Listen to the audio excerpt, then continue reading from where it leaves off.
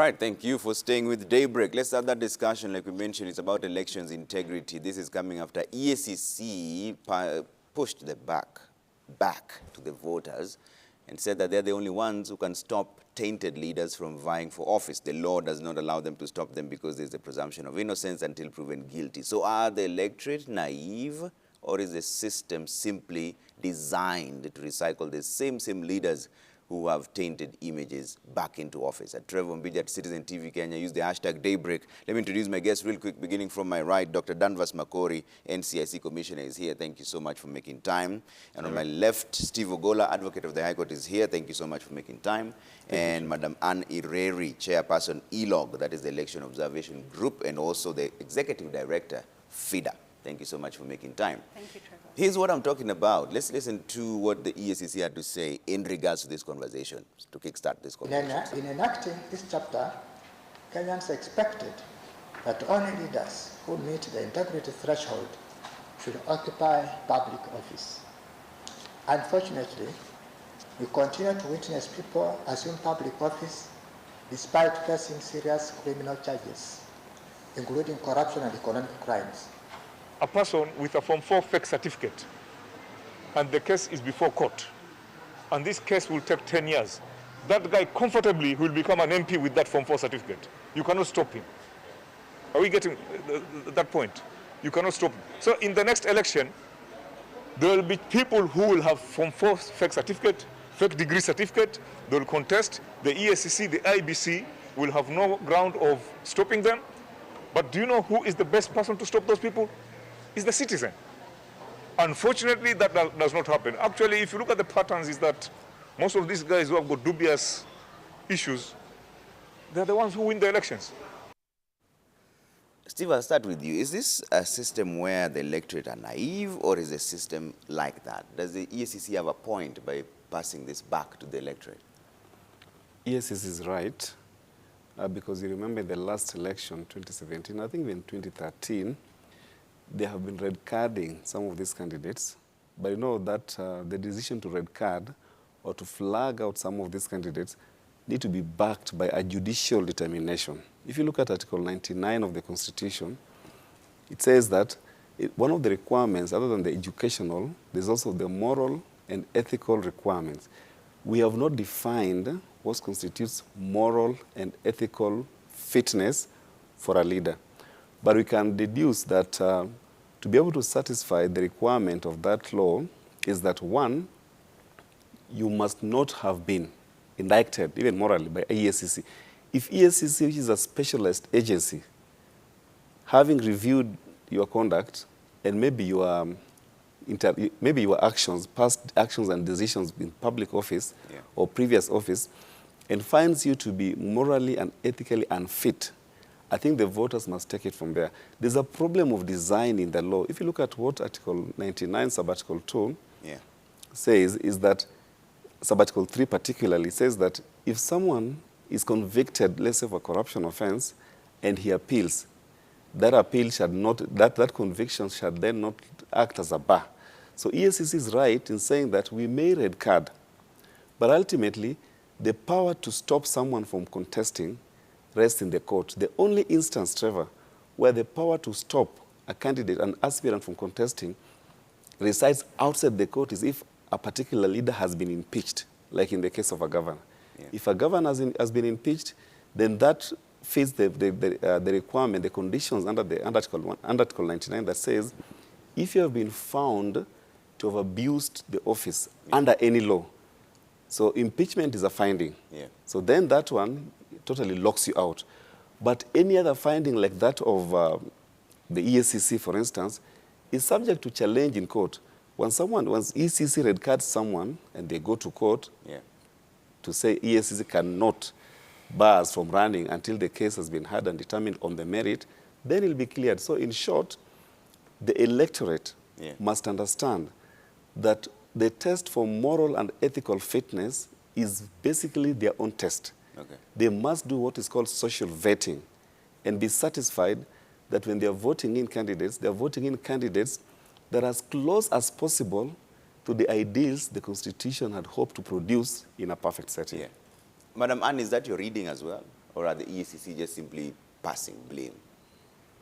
No, I agree with what Council is saying, Trevor. Yeah.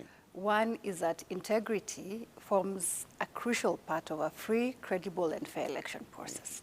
But secondly, from where we sit as ILOG, as citizen observers, one of the critiques we find in the country is that we tend to approach elections as an event, not a process. So then if you're looking at, for instance, the social vetting or having a critique of any person who offers themselves for office, it has to start during the pre-election period, on the election season, or in terms of the ED, and even post-election. But then I think the challenge has been we all wait until the actual event is taking place for us to term that as the election. However, we need to then see, in terms of the entire cycle, looking at integrity being central. How do we then prepare citizens? But over and above that, there are crucial institutions that are supposed to do this. One of the challenges we've seen, and I think probably that is what is informing the expanded scope of the citizens to also vet, is if you look, Trevor, the number of candidates, even at member of county assembly, who will offer themselves. To imagine that either EACC or IBC would conduct a vetting audit on each of them is, I think, a tall order in terms of the investment that's required. So for us, if we are looking at the institutional checks, then we also need to be ready to push the Exchequer and Treasury to then invest in that process, because it's not really cheap. But secondly, I think also as citizens, we need to be aware of what we're getting ourselves into. As Steve has mentioned, a lot of the people who offer themselves for office are people we know. They have certain track records. The question is, as Kenyans, are we ready to call out wrong for wrong and right for right? Because at the end of the day, you'll find certain characteristics or tendencies of people we think should be leaders under Chapter 6 are downplayed for other probably more issues that have to do with either financing or persons who are deemed popular in certain measures. So I think really as the electorate, as citizens, we cannot run away from the blame. And if it's about fixing that situation, we have to be ready and listen to all candidates and vet them on their moral and ethical fitness. But therein lies my concern. Are the citizens simply naive, or is it just that the system is rigged like that? I would not think that our citizens are naive. I'll give the example of the most recent by-elections we've had in the country. And as ILOG, we have been on the ground. And one of the things that has stood out that was not very evident in previous election cycles is that citizens are very aware of what ordinarily would have been irregularities that would have passed by. So you'd go to a polling center, and the first thing is that it's actually citizens who flag certain practices that are not regular. So I think Kenyans have really learned. I think by its own way, COVID has brought out certain realities that Kenyans probably took for granted. And so I would not say that Kenyans are not aware. It's probably the choice that we present. But also as Kenyans, we need to be ready for the consequences of whoever it is we put in office, whether they have integral uprightness or not, so that at the end of the day, we are not blaming them. But I think at the bottom of it all is to have a system that allows either Trevor or Steve or Daktari there to vie and have a fair chance. What we see in Kenya often is not really fair play when it comes to giving each candidate a chance at the ballot, for instance. Dr. Makori, and this social vetting is also one of the places where your issues begin as NCIC, because there's some people who make statements that can be considered hate speech. But what is your observation? Do you think this back stops with the electorate? Trevor, thank you. I think I would first of like to congratulate Talib, my colleague, for he's being very candid and courageous to say that, and saying as it is. Now, we're focusing on what he said. I want to focus slightly on what he didn't say so that I can answer your question. Implicit to what he said is that EACC, or rather what he's saying, that is we will act according to the law as it is. You understand? The EACC Act is very clear.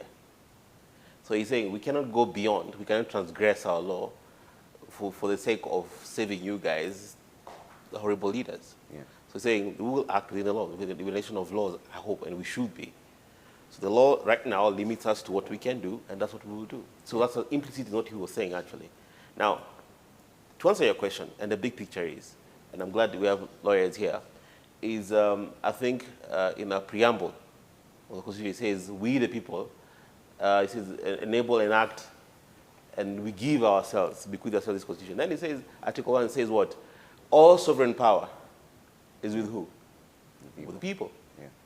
Let's begin with that. So the first line of defense, all power is with the people. And then Article 2 says now, the people now can choose to exercise directly or indirectly through elected leaders. Yeah. And that's what he was actually, I mean, to me, that's actually what he was really sticking to the law and the spirit of the Constitution. Yeah. So we must begin within ourselves as people. We have all the power. We gave ourselves this Constitution. Yeah. And the challenge we have between the laws that we have and even the Constitution is this. I don't know whether you have kids. You have kids, Trevor? No. You don't have kids, okay. No, so let's say I have a young kid who's 6, 7 years old, Yeah. okay?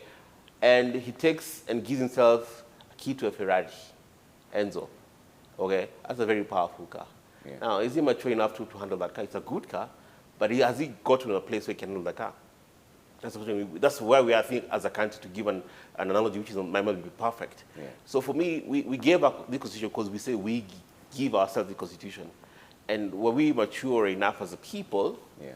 really to drive this Constitution? Otherwise, we're going to crash it.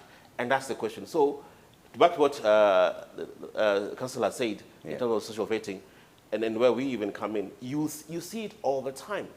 I'm going to give you an example, just as an opening statement. We see it in some Weni, okay? We had two people opposite camps say horrible things. Then the Secretary General of ODM and the honorable member, Malindi, and we know what they said. I mean, it was really shocking. Now, you know what is funny, Trevor? Yeah. When they said that, the people in that crowd thought it was so funny. They were actually cheering them on. Yeah. Yeah, you understand? They were actually cheering them on.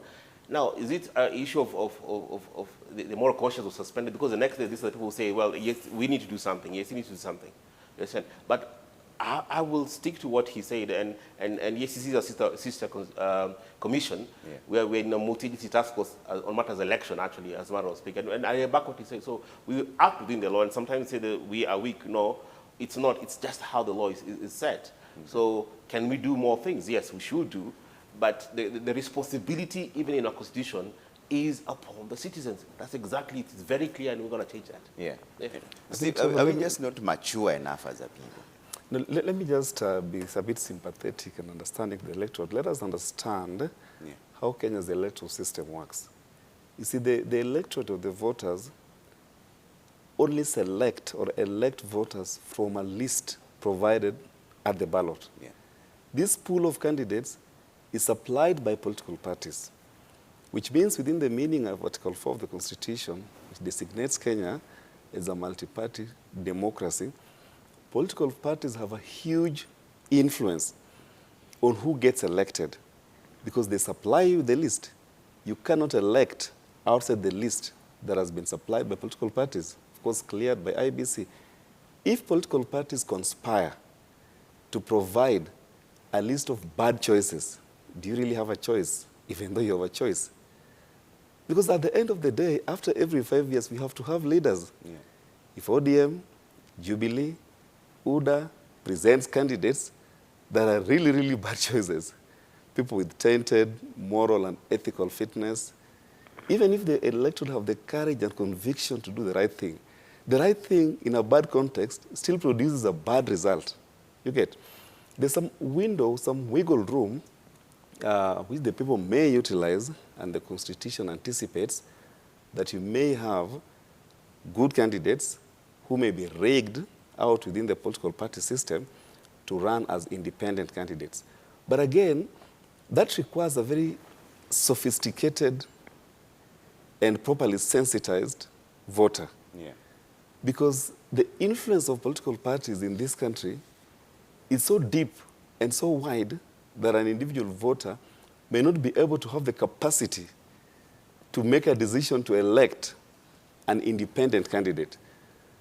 They get elected once in a while, but I can tell you most of the time, voters love to elect their leaders through the political party system because there's a legislative and constitutional underpinning to that. Kenya, the Constitution itself already designates Kenya as a multi-party democracy. The Constitution does not anticipate that our leaders will be elected through independent tickets.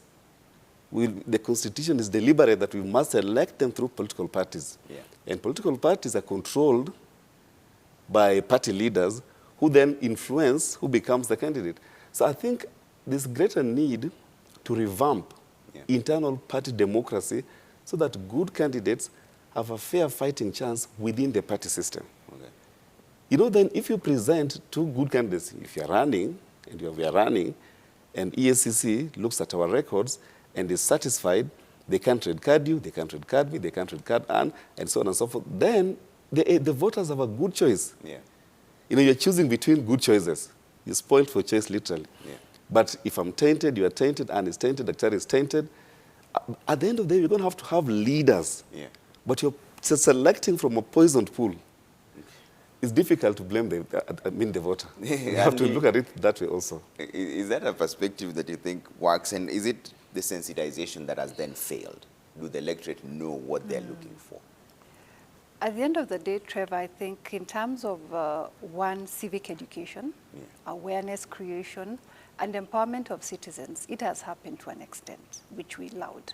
If you look at groups which under the Constitution are termed as special, for example, the youth, minorities, persons living with disability, women, of course, who are marginalized, there's been an extent of investment, especially by non-state actors, towards empowering them. I think the challenge is what has been stated squarely when we appreciate that in this country, the biggest vehicle towards political participation are the political parties.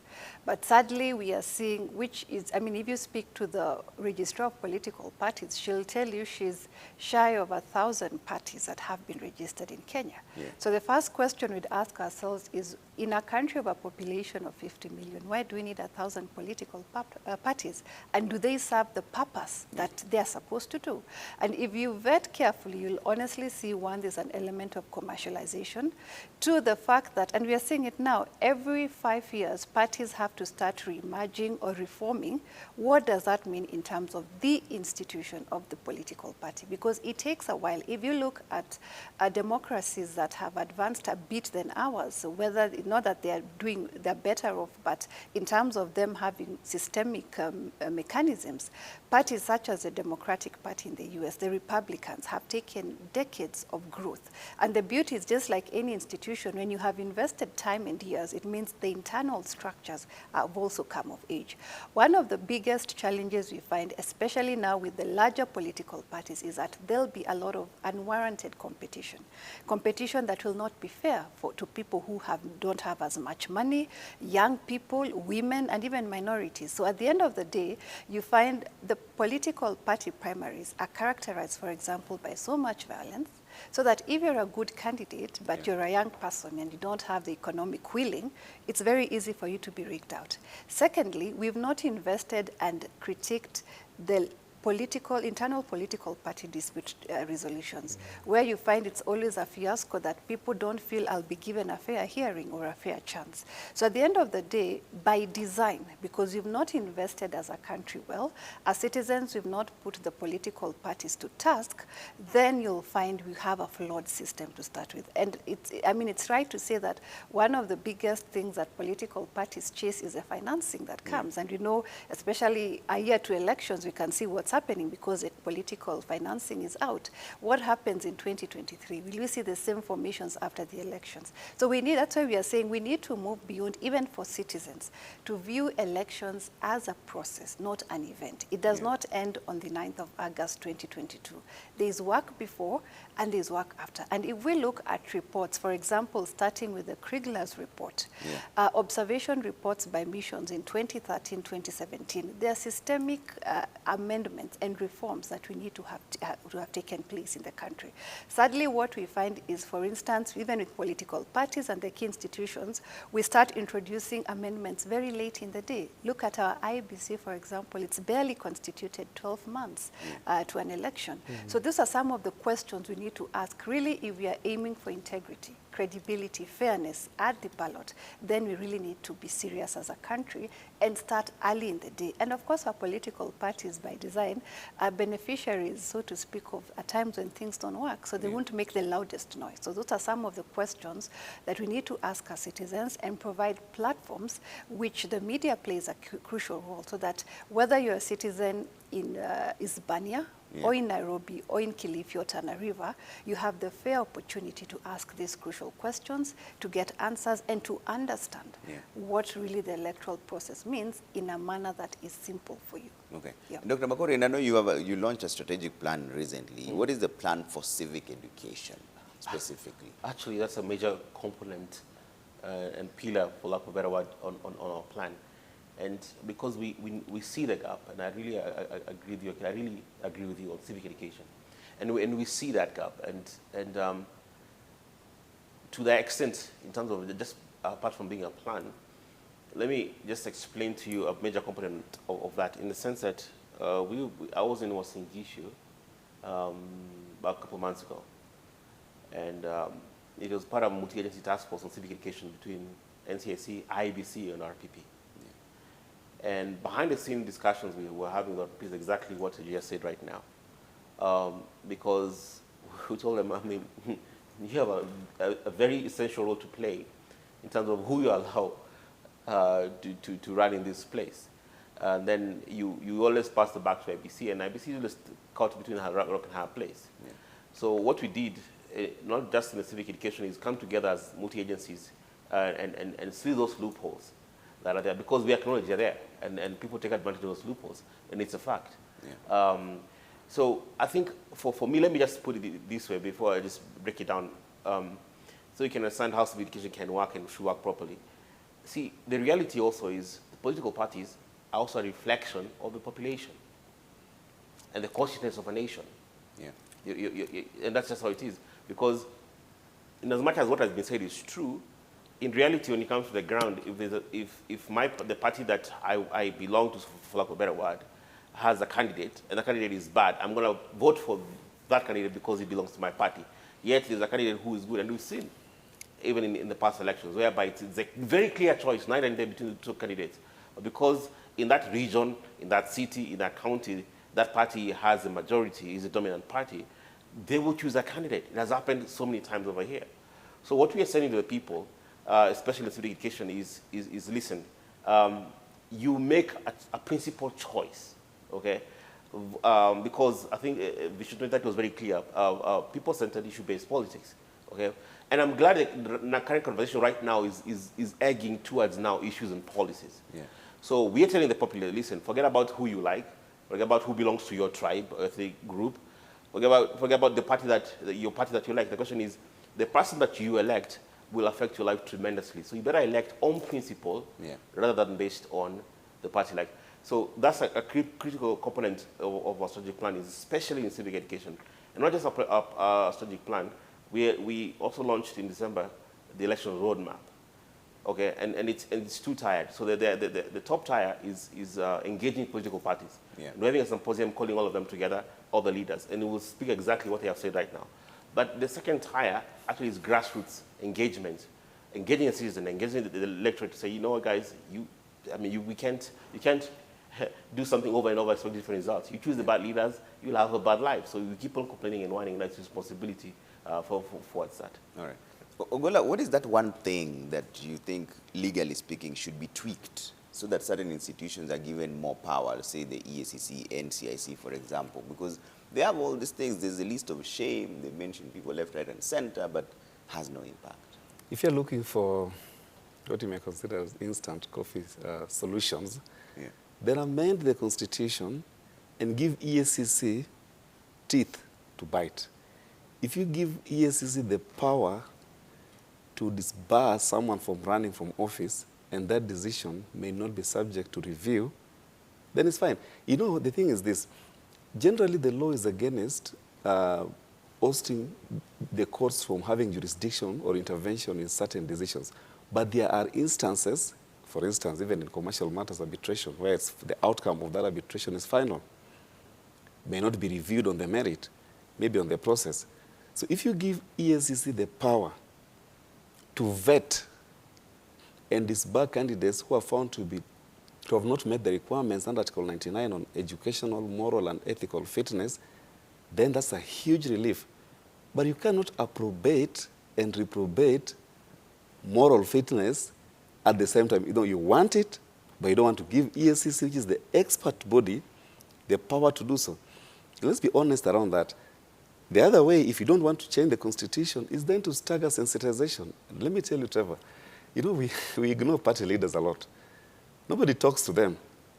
Nobody imagines that Raila Odinga, Uhuru Kenyatta, William Ruto, Kalonzo Musyoka, Mudavadi need sensitization. Why do you always think that the voters is the one that needs sensitization? Talk to Raila. Have a moral conversation with him. Ask him, Baba, I know you have tremendous influence in the party primary system. You can actually generate, produce the kind of candidate you want. And that happens at the back end. The voter knows nothing. And even that nothing, the voter doesn't know it well. Because the voter thinks when nominations happen, they will generate a candidate. The candidate to be produced for ODM in Langata, for instance, will be predetermined in Orange House. Then the voter will be asked to validate that. So target party leaders. Have a conversation with them. You cannot have a government that is committed to the values espoused in the Constitution if you don't produce candidates that are close to the ideals espoused in the Constitution. So, Jacom, in as far as it depends on you, can you make sure that ODM candidates reflect that? Jubilee, Deputy President William Ruto, can you make sure that UDA candidates project the kind of ideals that we want? That sensitization is always missing. As long as we keep on missing it, we will keep on having the same results.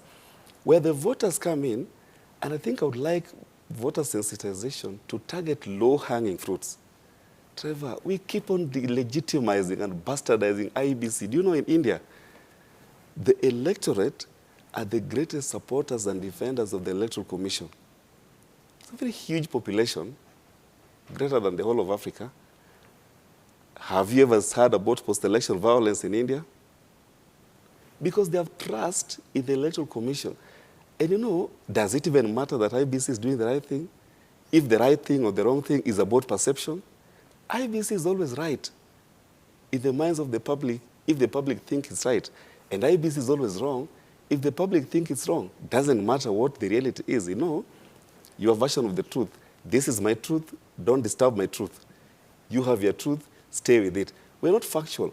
So I think if you wanted to target voters for sensitization, there are things that a voter can commit to. Yeah. Fully dependent on the voter and does not require external assistance for the voter to achieve. Can a voter commit? Can there be a sense that no matter what happens, there will be no electoral violence? I mean, that's a voter. You can make that decision. There will be no electoral violence even though the heavens may fall. No matter what happens, once you cast a vote, either in the primaries or maybe in the general election, you cast a vote, you exit the polling station, you go home. Whether the election will be rigged or not. Cast your vote, go home. That's not a decision a party leader can make for you. A party leader may give you bad choices. You don't have a choice beyond that. But you can make a decision to cast a vote and go home. Yeah. Trevor, vote, go home. Stay there. Let there be peace. You can make a decision not to be misogynistic, that you will not decampaign candidates based on their gender. I mean, you have a very progressive constitution, but the society is still stuck in the past. When people are campaigning, you hear voters talking about things like, we can't elect a woman. We can't elect a woman. What for? In any case, women have seats that have been reserved for them. I mean, a voter can harvest that low-hanging fruit and say, okay, if the party supplies me with women candidates, I will vote for them. I will not be misogynistic. I will not be, patriarchal in my approach. Those are some of the low-hanging fruits and electoral violence during campaign. So let the messaging target what depends on the voter entirely to do. Okay. For the elected leaders, let us target the party primaries and try to monitor it and make sure that if the party primaries are rigged or it produces results that are skewed towards people who are just morally and ethically unfit, then now you punish the candidate. You tell a lot of money should go into sensitization, telling the people that, listen, between Baba and William Ruto and Kalonzo Musyoka and all those guys who are interested in running for president, we will vet them first based on the candidates they present. I think that may have some nominal impact it may produce. Otherwise, you can change the law or you can go to court. The court said, for instance, that in this election, Trevor, we expect political parties to comply with the two-thirds gender rule. They must ensure that the list of candidates, at the very minimum, going to the ballot, has a third of the candidates being women. So you can expect in 2022 election, there'll be a huge pool of women to choose from. That's a huge relief. It means it's easier to get a woman elected in 2022 than it was before. But again, as we know, politicians will give you lists of women candidates drawn from areas where they have no support. That's where sensitization comes in. ODM will give you a list from Mount Kenya where they know they won't get support. All the women in their list will be running in Mount Kenya, and Jubilee will be running from Kisumu. It's very easy to beat the system if you want. Can we target the leadership, have some moral conversation with them? Can they give us written memoranda that we commit our party leaders, our party tickets will be balanced, there'll be no violence, we'll get good candidates so that the voter is less burdened with conversations and decisions that are beyond the voter. The voter is not elite. The voter is not sophisticated. The voter is a poor voter. All right, I will take a quick break. When you come back, we're still talking about Chapter 6 and also the elections integrity in general. We'd like to hear from you. Are the voters simply just naive, or is it the system that is rigged the way it is? Trevor Mbija at Citizen TV Kenya, use the hashtag Daybreak. We're back in a bit.